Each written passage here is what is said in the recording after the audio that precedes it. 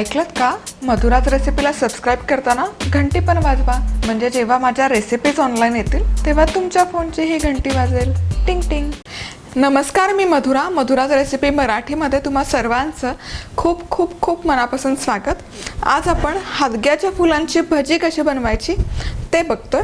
तर इथेही माझ्याकडे काही हादग्याची फुलं आहेत, 10 ते 12 अशी दिसतात साधारण. तर कशी वापरायची? हादग्याचं फूल जे असतं यामध्ये हा जो एक पुष्पकोश किंवा केसर असतो हा काढून घ्यायचा या पद्धतीने. हा स्टिग्मा असंही म्हणतात त्याला. हे मधलं देठ आहे, हे पुल आउट करून घ्यायचं. त्यानंतर देठाकडचा हा हिरवा भाग आहे, हा पण थोडासा कट करून घ्यायचा आणि उरलेला पोर्शन आपण भजीसाठी वापरणार आहोत. मधलं केसर देठ व्यवस्थित कट करून झालं की ही फुलं स्वच्छ धुवून घ्यायची, एक एक पाण्याखाली धुवून. त्यामध्ये जे काही माती असेल किंवा काही छोटे छोटे किडे असतील ते काढून घ्यायचे. आता जेवढी फुलं तेवढे चमचे बेसन पीठ घ्यायचं. मीडियम साईजचा चमचा घ्यायचा, लहान नाही मोठा नाही. आणि त्यामध्ये आपण 2 चमचे तांदळाचं पीठ घालतोय. तांदळाच्या पिठामुळे भजी छान कुरकुरीत होतात. मीठ घालायचं, अर्धा चमचा लाल तिखट, पाव चमचा हळद, अगदी चिमूटभर खायचा सोडा, अगदी चिमूट म्हणजे चिमूट, आणि ओवा. आधी हे कोरडे जिन्नस सगळे मिसळून घेऊयात. अजून सबस्क्राईब केलं नसेल तर जरूर सबस्क्राईब करा आणि सबस्क्राईब करताना बेल आयकॉनवर क्लिक करायलाही विसरू नका.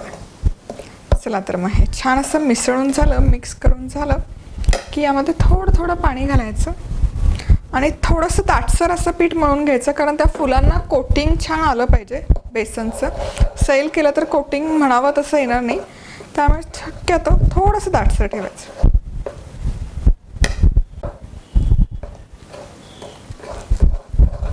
चला तर मग इथे हे बॅटर बनवून तयार आहे. तुम्ही बघू शकाल बऱ्यापैकी दाटसर केलं आहे, खूप सैल नाही केलेलं. यामुळे काय होतं, कोटिंग छान चढतं भजीला. आता यामध्ये बारीक चिरलेली कोथिंबीर घालूयात आणि जसं आपण बाकीचे बॅटर ठेवतो त्याच पद्धतीने एक 5 ते 10 मिनिट आपण हे रेस्ट करून घेऊया. आता भजी बनवण्यासाठी इथे तेल मी गरम करायला ठेवलं आहे. त्याचबरोबर हे जे बॅटर आपण बनवून घेतलं आहे हे छान असं रेस्ट करून झालं आहे एक 10 मिनिट. आता ही फुलं घ्यायची, हादग्याची फुलं, आणि ही या बॅटरमध्ये छान असे कोट करून घ्यायचे सगळ्या बाजूने. छान असे कोट करून झाले की हे तेलामध्ये सोडून द्यायचे.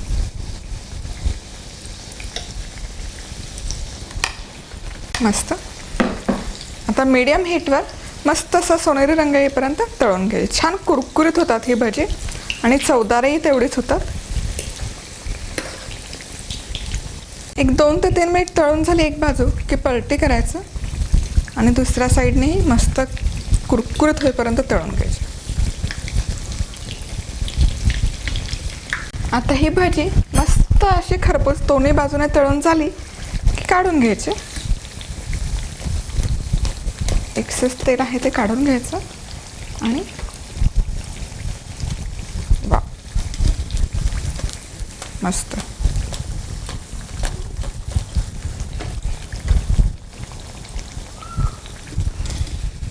ती फुलाची पाकळी आहे ती एक दुमडली जाते, त्यामुळे पूर्ण असा फुलाचा शेप नाही आहे, पण चवीला छान लागतात.